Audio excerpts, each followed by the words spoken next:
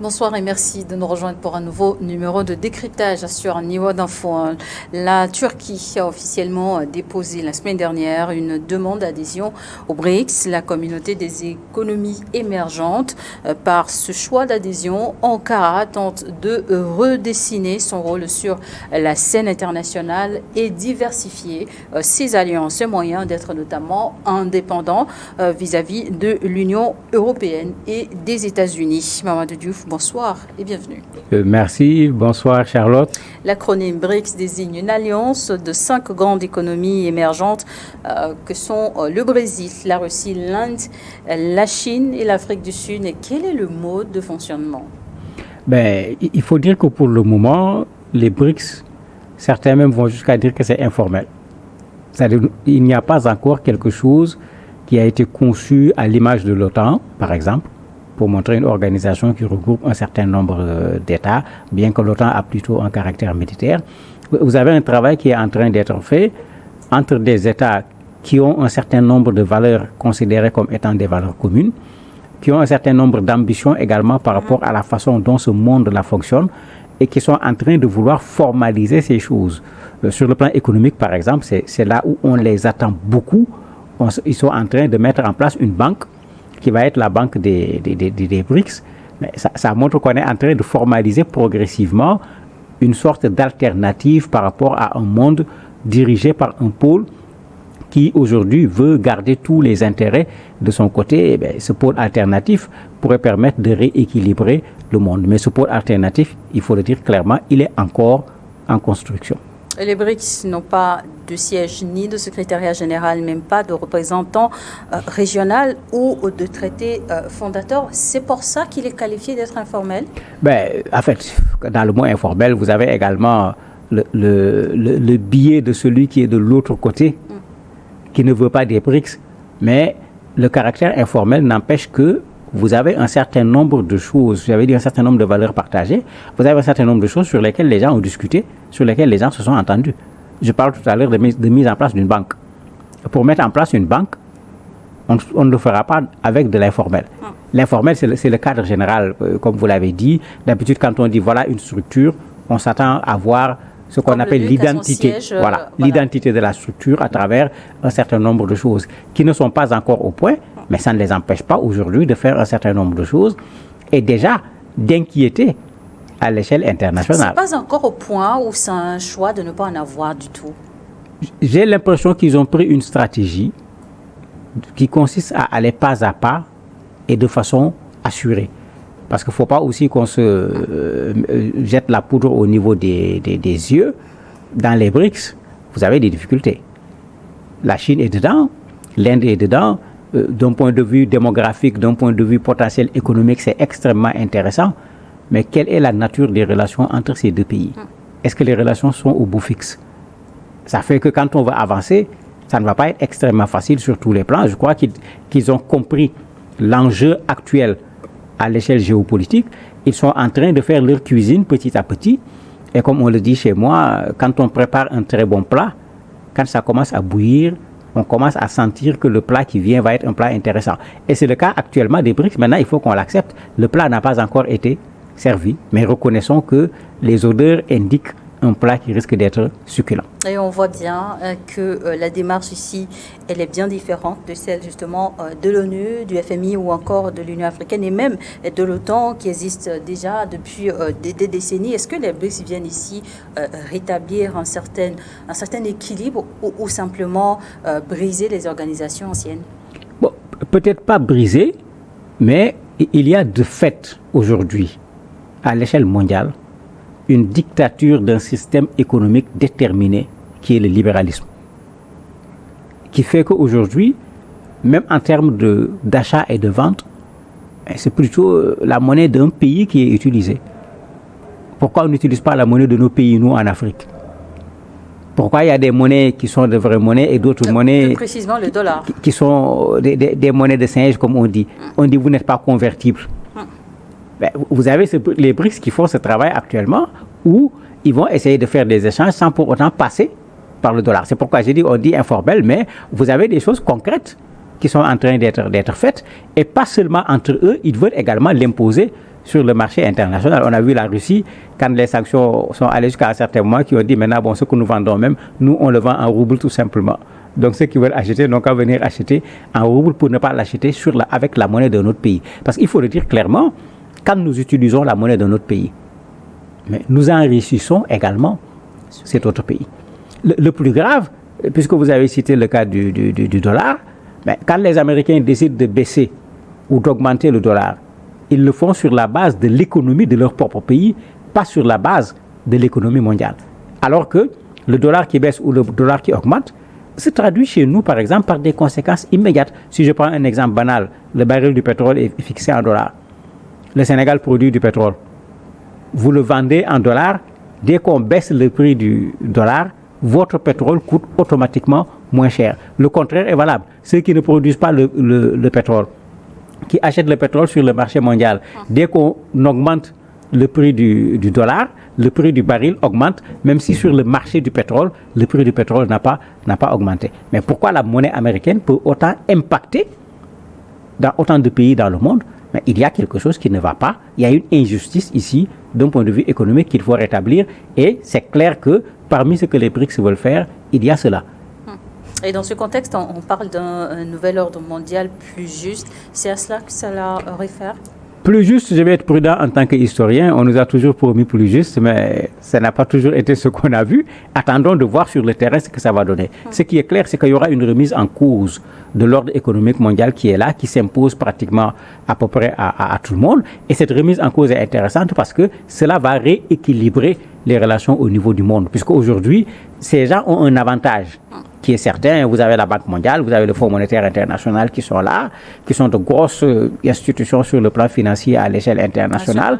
Et souvent, quand des pays ont des difficultés, c'est vers ces institutions qu'on se tourne. Quand tu arrives, bon, ils disent tout le temps, vous êtes libre, on peut négocier, mais tout le monde sait que quand vous allez vers ces institutions, vous avez même des conditionnalités qui sortent du domaine économique. Ou même d'un point de vue civilisationnel, on veut vous influencer sur la façon dont votre société va être, alors que vous venez pour négocier les BRICS économie. Également ne se limite pas que sur le plan économique. Non, pas du tout. C'est pourquoi ça va être intéressant de ce point de vue. Et c'est pourquoi également la mise en place de façon structurée, de façon formelle, n'est pas facile. Il faut le reconnaître. Quand on veut le faire, ce n'est pas facile du tout.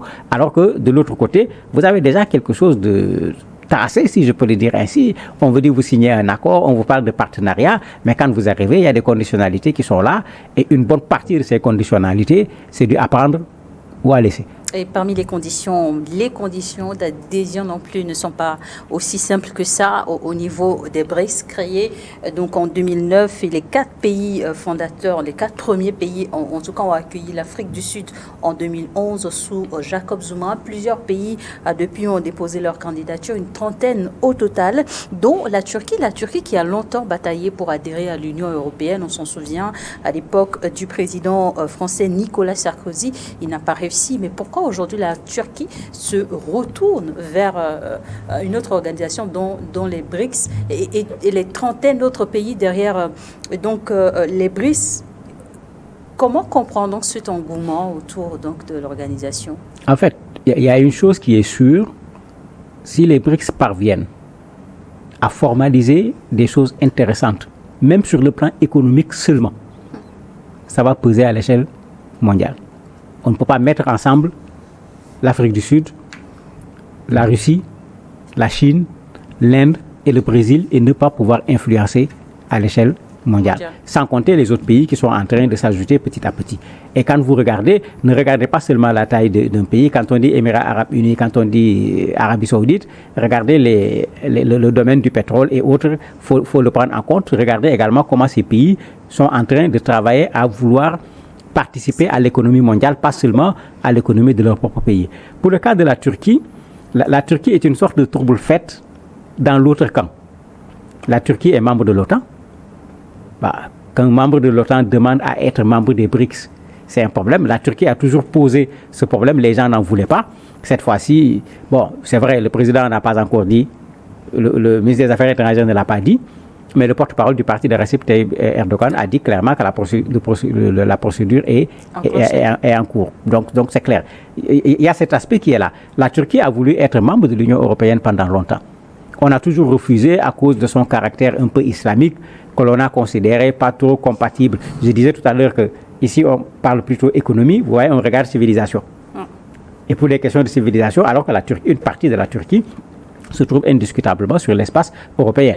D'autres pays ont adhéré à l'Union européenne. Je ne crois pas que ces pays étaient économiquement plus solides que la Turquie, parce que quand on adhère à l'Union européenne, vous avez également cet aspect économique qui est là. La Turquie également, avec Recep Tayyip Erdogan, se distingue par la liberté de ce président de choisir son camp.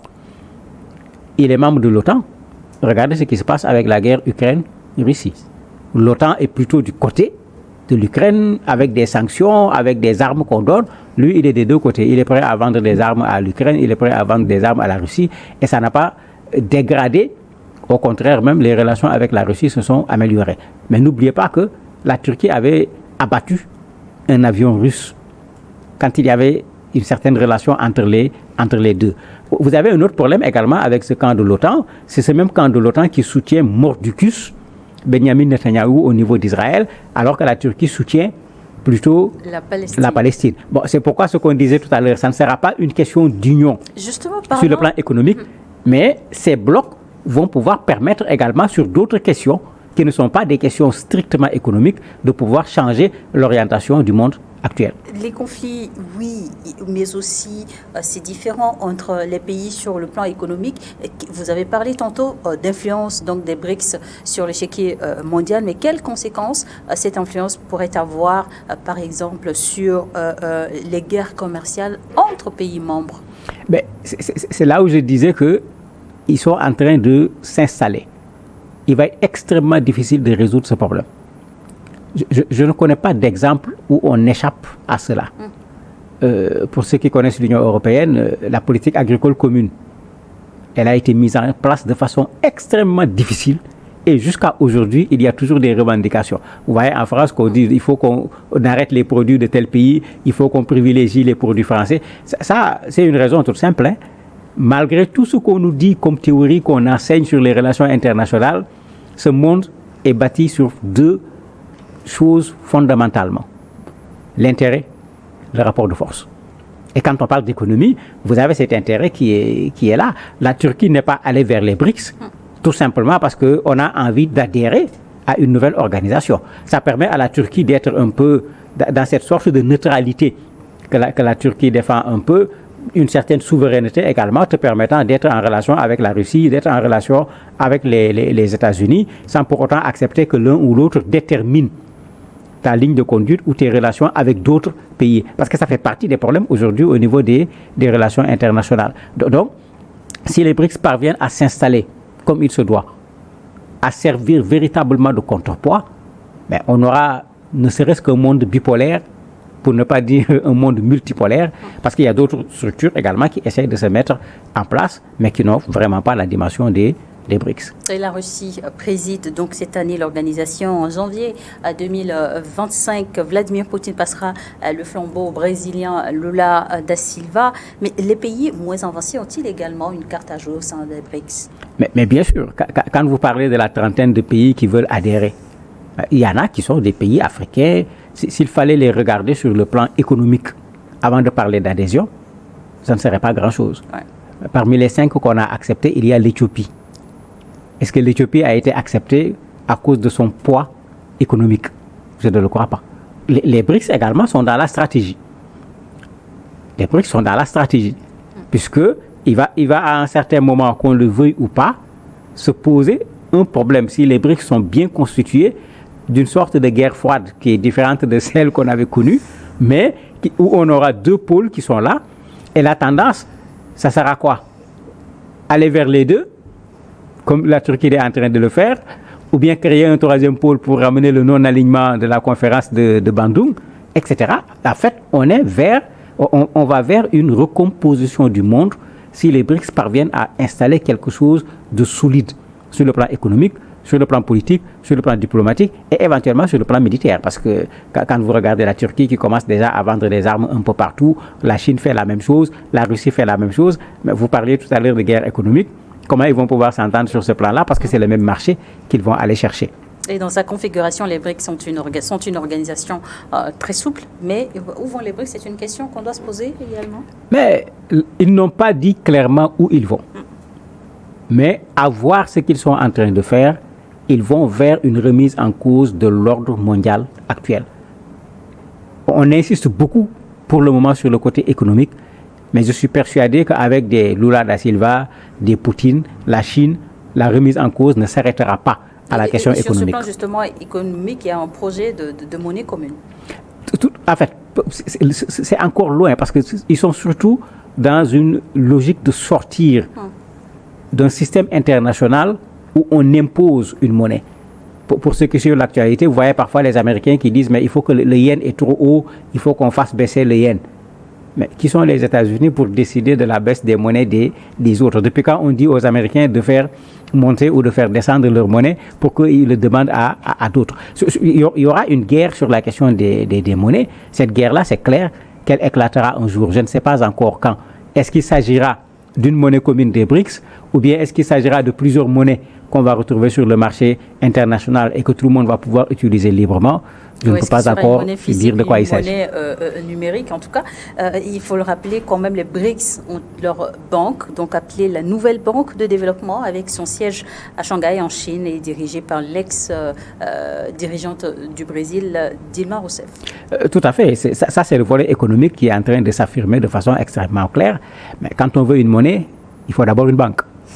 Donc c'est comme si un premier pas a été posé pour qu'éventuellement qu'on puisse avoir une monnaie, mais qu'on ne se trompe pas, économiquement, on n'installe pas aisément une monnaie unique entre la Russie, l'Éthiopie, l'Arabie Saoudite, les Émirats Arabes Unis, l'Afrique du Sud. C'est du possible, mais je ne crois pas que c'est à l'horizon d'un avenir proche. Et pour justement les pays du Sud, donc par les pays en Afrique les moins développés, c'est un partenariat aussi à avoir sur la table.